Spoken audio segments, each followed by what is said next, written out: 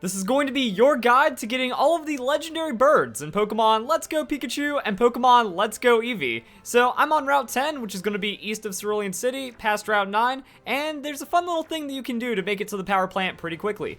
Once you've beaten the game, you have the option to fly high over Kanto, so get a Dragonite, Charizard, Aerodactyl, and you can pretty much make it over there that quick. If not, you just surf over and you're gonna have a good time. So let's go head inside the power plant and find ourselves a Zapdos. Now the only drawback is I do have to take a couple seconds and return Dragonite to the Pokeball. But hey, I thought that was pretty cute. They could actually fly over. Now the next thing is locating Zapdos. Whoa, okay, there's a lot of Pokemon that just popped up, and that happened. So there's actually a use for Repel in the game. It depends on like how much or how quickly you just want to get to an area, because some Pokemon encounters are just kind of hard to avoid. So I'm just going to go and use Repel right now. Didn't think it would actually be that necessary for Let's Go, but here we go.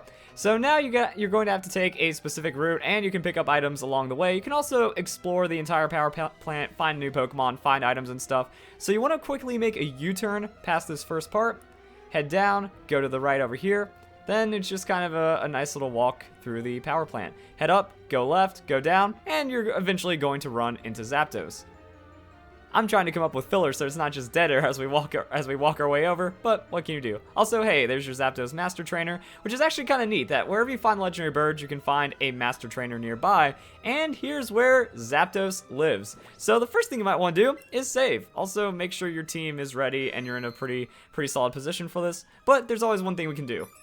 Shake the second controller and add a friend, which is just going to make this easier. So you do have a couple of options.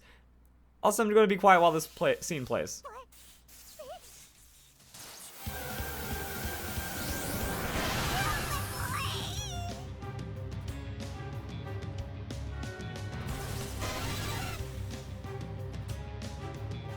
So yeah, all of Zapdos' stats rise, which means it's going to be stronger than just a level 50 Pokemon, but you only have 5 minutes to do it. Now, I'm actually going to go and use Eevee's special move, and I'm also rocking a Dragonite, so let's go and get some big damage on that Outrage, and see how we do against this Zapdos. So this is what I mean, like you have a couple of options. You can turn this into an epic showdown of legendary mastery and just YOLO single player it, or you can try to go just all out by going 2-player and stuff. Also, 2-player makes it easier to capture the Pokemon. That did a solid amount of damage, but not enough to KO. It depends on the level of your Pokemon. You know, you walk in with level 100s and you're good to go, but that's gonna be one way of taking down Zapdos. Now, also in 2-player, like I just kind of said, like it's easier to catch Pokemon. So depending on where you've gone and depending on what you do, you have all kinds of options. If you take the route to the where you get all your gym badges verified, you can find some golden raspberries. So we can use those on Zapdos. Also, we can add another golden raspberry or silver raspberry to the pile and just keep stacking all of this fun stuff. So we can use that. Didn't notice this when recording the video because I just expected the berries to work, but nah, those things got sizzled up and fried. Zapdos threw out an attack and they went away, so berries not really recommended. Just throw Pokeballs and hope for the best. We're doing all this stuff and Zapdos is still in the red, but let's get it. Alright, so we just got a double excellent Ultra Ball throw with double berries, and it wasn't enough. I guess, oh, and you can also just kind of fail it if Zapdos is going for an attack. So I guess it's not going to be as easy as I thought. And now Zapdos is moving around. Awesome. I was honestly expecting it to just be like super free one-shot like that, but it isn't. You can also waste a good amount of money doing this because it's $1,000 per throw. You gotta make sure you get those right throws. And if you do it wrong, that's just unlucky. Now I'm actually out of Ultra Balls, so this is why we saved beforehand. That went terribly. I thought the golden raspberry was gonna make it a lot easier and all these other things were gonna come through. But hey, why does that matter when you can just double Premier Ball it anyways? Next up, we're going for Moltres, and that is going to be on Victory Road. So if you've already made it to the Elite Four, it's pretty easy. You just have to head over here, start up your strong push, and then move a couple boulders out of the way, and it practically drops you off right at Moltres' doorstep. So let's go and take a few hits right here. And what you want to do is just go up the stairs first time, go left, and once you've made it to this stone over here, push out of the way, go up a bit more, and then go left again. Again, it's kind of hard to just kind of commentary my way through this one, but that's how it is.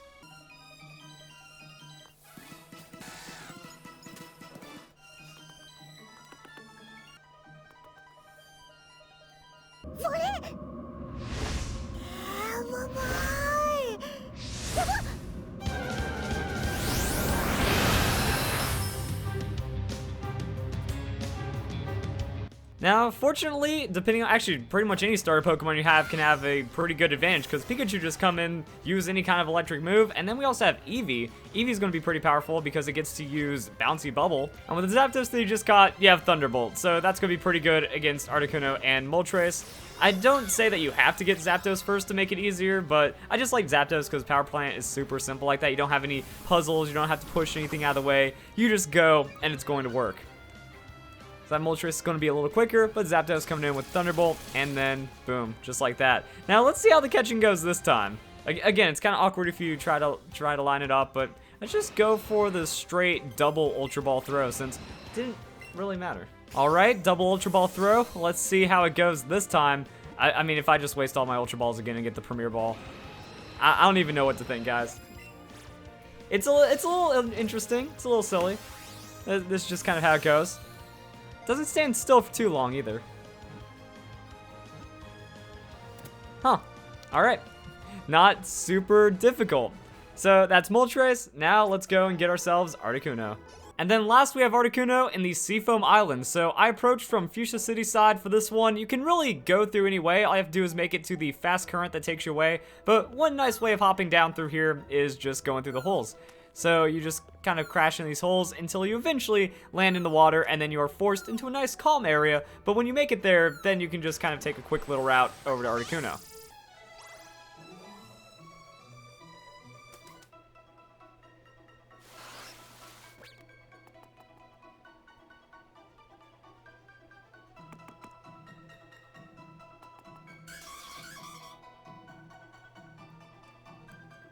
And then it's a strength puzzle, so what you want to do is head down over here, activate your strength, because this one is just kind of the freest, easiest one, so strong push.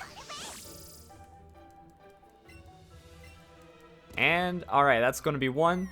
So the next one is pretty easy, so I'm just going to kind of go through it.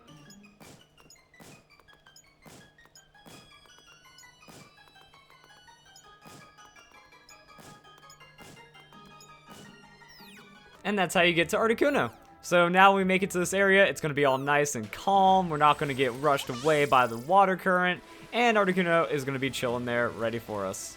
Now before we encounter Articuno, I do want to talk about a few things that you can do when it comes to Pokemon Let's Go Pikachu and Eevee legendaries. They can be soft reset for shininess or potentially IVs. They come with guaranteed max IVs of 3.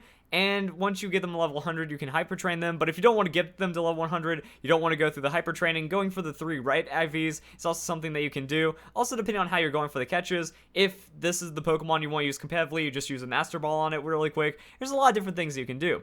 But soft resets are going to take this long, because what you have to do is go to the menu and then close it out. You can't just LR start and then go for it, so you have to just kind of go through your whole setup right here. So it does add quite a bit of extra time to every shiny hunt, but you can tell when the Pokemon's shiny at the start of the encounter. Having a shiny charm always helps, and that's just kind of like it for the legendaries. Nothing else is super special about them. It's also the Kanto mechanics, roughly the same puzzles, so you just walk up, go into them. And what I want to do for this one is I want to do it single player. I want to see how much different it is and how much more difficult it could be by only having single player, since we kind of had weird mixed results, but ended up breezing through the last one. So, yeah.